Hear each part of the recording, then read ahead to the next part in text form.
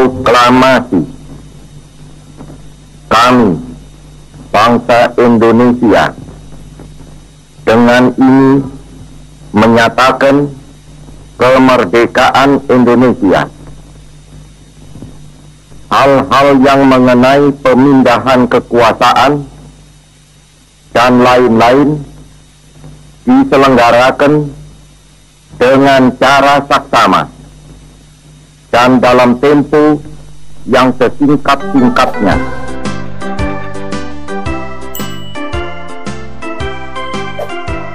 Nah, tadi adalah teks proklamasi kemerdekaan yang dibacakan oleh Bapak Insinyur Soekarno, Presiden pertama Indonesia.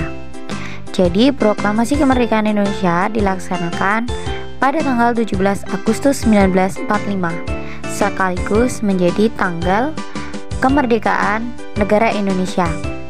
Nah, berarti kita kemarin habis merayakannya ya. Proklamasi kemerdekaan memiliki makna yang mendalam bagi bangsa Indonesia. Apa aja maknanya?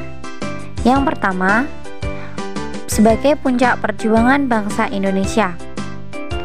Proklamasi dimaknai sebagai puncak perjuangan bangsa Indonesia untuk membebaskan diri dari penjajahan bangsa asing. Pada tanggal 17 Agustus 1945, bangsa Indonesia akhirnya berhasil memproklamasikan kemerdekaan. Yang kedua, lahirnya bangsa Indonesia sebagai bangsa yang merdeka. Proklamasi kemerdekaan merupakan tonggak sejarah bangsa Indonesia sebagai negara yang berdaulat dan merdeka. Peristiwa proklamasi kemerdekaan menandai lahirnya bangsa Indonesia sebagai bangsa yang merdeka dari segala penjajahan bangsa asing. Yang ketiga, menunjukkan bahwa bangsa Indonesia adalah bangsa yang mandiri. Bangsa Indonesia merebut kemerdekaan atas usahanya sendiri. Meskipun ada janji dari penjajahan Jepang yang memerdekakan Indonesia, golongan muda meminta Soekarno-Hatta untuk segera memproklamasikan kemerdekaan Indonesia tanpa campur tangan pihak asing. Jadi proklamasi kemerdekaan pun akhirnya berhasil dilaksanakan dari rakyat, oleh rakyat, untuk rakyat Indonesia. Makna proklamasi kemerdekaan yang keempat, yaitu pengakuan dari dunia internasional. Pada peristiwa proklamasi kemerdekaan, Insinyur Soekarno mengumumkan kepada dunia bahwa Indonesia telah merdeka. Pengakuan dunia internasional terhadap kemerdekaan Indonesia ditandai dengan pengakuan negara asing atas kemerdekaan Indonesia. Negara yang mengakui kemerdekaan Indonesia di awal proklamasi diantaranya adalah Mesir, Suriah, Irak, Lebanon, Yaman, Saudi Arabia, dan Afghanistan. Makna proklamasi kemerdekaan bagi bangsa Indonesia yang kelima, yaitu sebagai dasar untuk bersikap terhadap dunia. Proklamasi kemerdekaan menaikkan martabat Indonesia sehingga diakui sebagai negara yang merdeka oleh dunia internasional. Sebagai bangsa yang merdeka, Indonesia memiliki hak untuk bersikap terhadap negara lain. Misalnya, sikap Indonesia memilih menjadi negara netral dalam perang dingin di dunia. Kemudian, sikap Indonesia ini ditunjukkan dengan bergabungnya Indonesia ke gerakan non-blok. Nah, sekarang penerapan makna proklamasi kemerdekaan dalam sehari-hari. Jadi, penerapan makna proklamasi kemerdekaan, kita tidak melakukan perlawanan menggunakan bambu runcing lagi ya kayak dulu. Nah, sekarang kita bisa menerapkan makna proklamasi kemerdekaan dengan sikap-sikap yang kita miliki. Yang pertama, kita bisa melakukannya dari lingkungan rumah. Makna proklamasi kemerdekaan yang perlu diterapkan di lingkungan rumah diantaranya adalah mau bekerja sama dengan anggota keluarga, menyayangi dan menghormati orang tua atau keluarga, menghargai perbedaan antara anggota keluarga. Kemudian, makna proklamasi kemerdekaan di lingkungan sekolah juga bisa dicontohkan, misalnya mengikuti upacara, belajar dengan giat, saling menghormati antar teman. kemudian menghormati guru. Dan penerapan makna proklamasi juga bisa kita lakukan di lingkungan masyarakat. Tujuan dari penerapan ini adalah untuk mewujudkan kehidupan yang rukun dan damai. Salah satu di antaranya adalah mendukung pemerintah dalam pembangunan nasional, mengutamakan kepentingan bersama daripada kepentingan pribadi, bekerja sama dalam kegiatan bermasyarakat untuk kepentingan bersama. Nah, mematuhi anjuran pemerintah pada saat PPKM juga termasuk penerapan makna proklamasi kemerdekaan di lingkungan masyarakat ya. Jadi, stay at home. Peristiwa proklamasi kemerdekaan ternyata bukanlah akhir dari perjuangan bangsa Indonesia. Peristiwa proklamasi kemerdekaan ternyata bukanlah akhir dari perjuangan bangsa Indonesia menjadi bangsa yang merdeka sepenuhnya. Wow, setelah proklamasi kemerdekaan, bangsa Indonesia kembali berjuang untuk mempertahankan kemerdekaan yang diraih. Jadi, pada waktu itu, Belanda masih berusaha kembali menguasai Indonesia. Meskipun Indonesia sudah memproklamasikan kemerdekaannya. Wah, ternyata pahlawan kita tugasnya berat ya. Salah satu upaya untuk mempertahankan kemerdekaan adalah dengan melakukan perlawanan. Perlawanan diantaranya ada pertempuran Ambarawa. Pada tanggal 20 Oktober 1945, pasukan sekutu tiba di Semarang untuk membebaskan tawanan perang dan memberikan senjata kepada tentara Belanda yang ditawan. Hal ini menimbulkan amarah rakyat. Kolonel Sudirman memimpin pertempuran sengit dengan sekutu pada tanggal 12 sampai 15 Desember 1945. Pertempuran sengit itu disebut Palagan Ambarawa. Dalam pertempuran itu pasukan sekutu berhasil dikalahkan.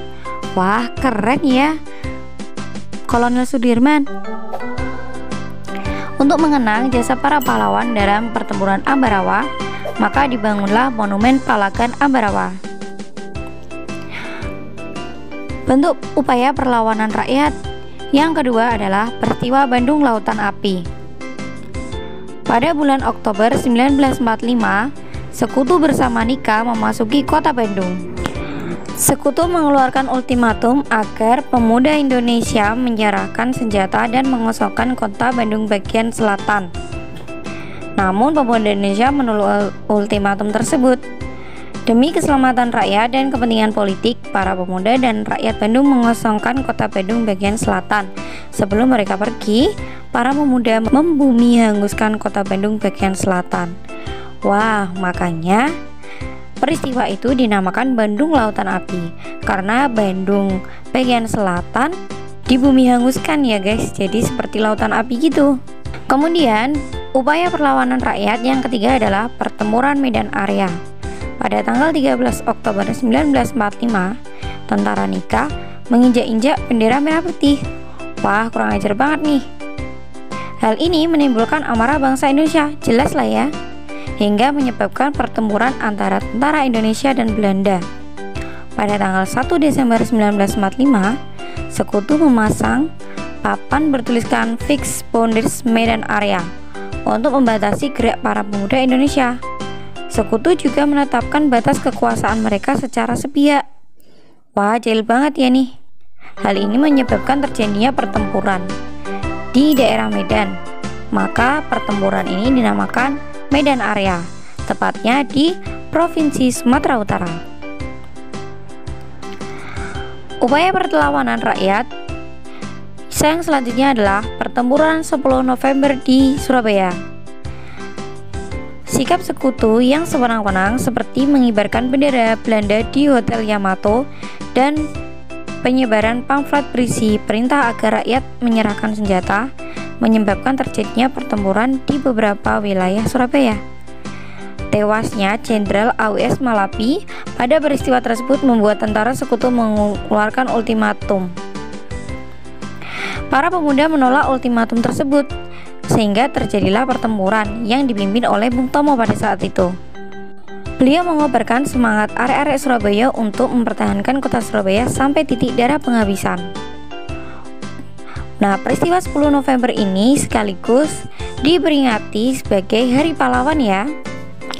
Jadi para pahlawan dari zaman dahulu sangat berat ya tugasnya mempertahankan kemerdekaan dengan mengorbankan segala nyawa, harta benda yang mereka miliki. So, kita sebagai anak muda harus bisa mempertahankannya dengan belajar dengan giat dan menjaga martabat bangsa serta martabat diri sendiri. Nah, selanjutnya, kemerdekaan ini ternyata membawa banyak sekali manfaat bagi kesejahteraan bangsa Indonesia. Di antaranya adalah pada bidang pendidikan, bidang ekonomi, dan bidang sosial. Bidang pendidikan, pada masa penjajahan, pendidikan hanya bisa diperoleh oleh golongan bangsaan dan kaum laki-laki. Masih ingat kan kisah Kartini? Nah, setelah merdeka ini, pendidikan menjadi hak seluruh rakyat Indonesia. Bahkan sudah tercantum dalam pembukaan UUD 45 ya. Mencerdaskan kehidupan bangsa merupakan salah satu tujuan negara yang tercantum dalam UUD 1945 alinea berapa? Alinea 4 ya. Jadi, kayak kamu sekarang ini, kita semua sekolah bebas mengenyam pendidikan. Ini juga salah satu dari manfaat kemerdekaan. Bayangin aja nih, kalau kamu masih hidup di zaman peperangan, mana bisa kita sekolah dengan santai begini? Ya nggak? Yang ada adalah ketakutan. Nih, lagi capek-capek mikir tiba-tiba dengar bom. Gimana nih rasanya? Coba bayangin sendiri ya. Manfaat yang kedua adalah di bidang ekonomi. Rakyat Indonesia mengalami perekonomian yang sulit pada masa penjajahan akibat kebijakan para penjajahan. Setelah merdeka, kegiatan perekonomian dikuasai oleh negara dan rakyat dibebaskan untuk melakukan kegiatan ekonomi dalam rangka meningkatkan kesejahteraannya. Wah, seperti sekarang ini ya, ayah bunda kalian bebas bekerja tanpa ada tekanan.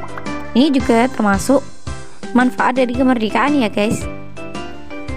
Selanjutnya, manfaat dari bidang sosial. Setelah merdeka, rakyat Indonesia memiliki hak dan kewajiban yang sama. Adanya persamaan hak dan kewajiban menjadikan masyarakat dapat hidup dengan rukun dan bekerja sama dengan baik. Nah, pada saat itu ternyata banyak sekali upaya untuk meningkatkan kesejahteraan rakyat Indonesia. Apalagi di masa-masa awal kemerdekaan ya. Pasti negara juga masih sangat pontang-panting untuk meningkatkan kesejahteraan rakyatnya. Secara nih, baru berdiri ya kan?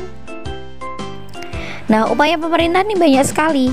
Salah satunya untuk meningkatkan kesejahteraan rakyat adalah dengan adanya kebijakan Uang Republik Indonesia atau ORI. Pada awal kemerdekaan, mata uang yang berlaku di Indonesia adalah mata uang Hindia Belanda, mata uang Jepang, dan mata uang The Javasebank. Pada tanggal 1 Oktober 1945, pemerintah Indonesia mengeluarkan larangan penggunaan mata uang Nika dan digantikan dengan mata uang ORI, original, Uang Republik Indonesia. ORI ini merupakan mata uang Republik Indonesia yang dijadikan sebagai alat tukar dan pembayaran resmi di Indonesia, sehingga sampai sekarang berkembang menjadi rupiah. Kemudian, upaya pemerintah meningkatkan kesejahteraan yang kedua adalah adanya Badan Perancang Ekonomi atau Planning Board. Pada saat itu, Menteri Kemakmuran yang bernama Aka Gani membentuk Badan Perancang Ekonomi. Badan ini bertugas menyusun rencana pembangunan ekonomi berjangka 2-3 tahun. Program badan ini berupa menasionalkan bangunan umum, perkebunan, dan industri milik negara, serta menyita perusahaan milik Jepang. Wah, sudah lumayan berkembang ya. Kemudian yang ketiga ada pinjaman nasional. Surahman, selaku Menteri Keuangan saat itu, mengusulkan program pinjaman nasional. Program ini diwujudkan dengan pendirian Bank Tabungan Pos yang bertugas untuk menyalurkan pinjaman nasional kepada masyarakat. Program ini bertujuan untuk mengumpulkan dana dan meningkatkan kepercayaan rakyat terhadap pemerintah Indonesia. Wah, jadi pada saat itu sudah ada pinjaman di bank ya guys. Kemudian yang keempat adalah konferensi ekonomi. Pada Februari 1946, Darmawan Mangunkusumo selaku Menteri Kemakmuran mengundang para kepala daerah di Pulau Jawa untuk mengadakan konferensi ekonomi. Konferensi ini tujuannya memperoleh kesepakatan untuk menanggulangi permasalahan ekonomi yang mendesak. Dalam konferensi dibahas permasalahan program ekonomi pemerintah, keuangan negara, ketenagakerjaan, kegiatan distribusi, dan pengendalian harga. Kemudian yang kelima, pada tahun 1950, A.I.J. Kasimo selaku Menteri Urusan Bahan Makanan menyusun program rencana produksi berjangka waktu 5 tahun. Program ini disebut Rencana Kasimo. Ya wajarlah, kan yang buat Pak I.J. Kasimo yang menangani usaha swasembada pangan. Jadi Rencana Kasimo ini menangani usaha swasembada pangan ya. Rencana Kasimo salah satu tujuannya adalah meningkatkan kesejahteraan rakyat dengan meningkatkan produksi pangan. Wah, jadi udah tahu ya proklamasi kemerdekaan Indonesia hingga upaya-upaya mempertahankan kemerdekaan serta upaya yang dilakukan pemerintah pada awal kemerdekaan. Cukup sulit kan? Oleh sebab itu, kita sebagai bangsa Indonesia patut untuk ikut serta dalam menjaga perdamaian. Terima kasih sudah memperhatikan video ini. Semoga sangat bermanfaat bagi kalian generasi muda untuk meneruskan kemerdekaan. Selamat melanjutkan aktivitas. Sampai jumpa. Assalamualaikum warahmatullahi wabarakatuh.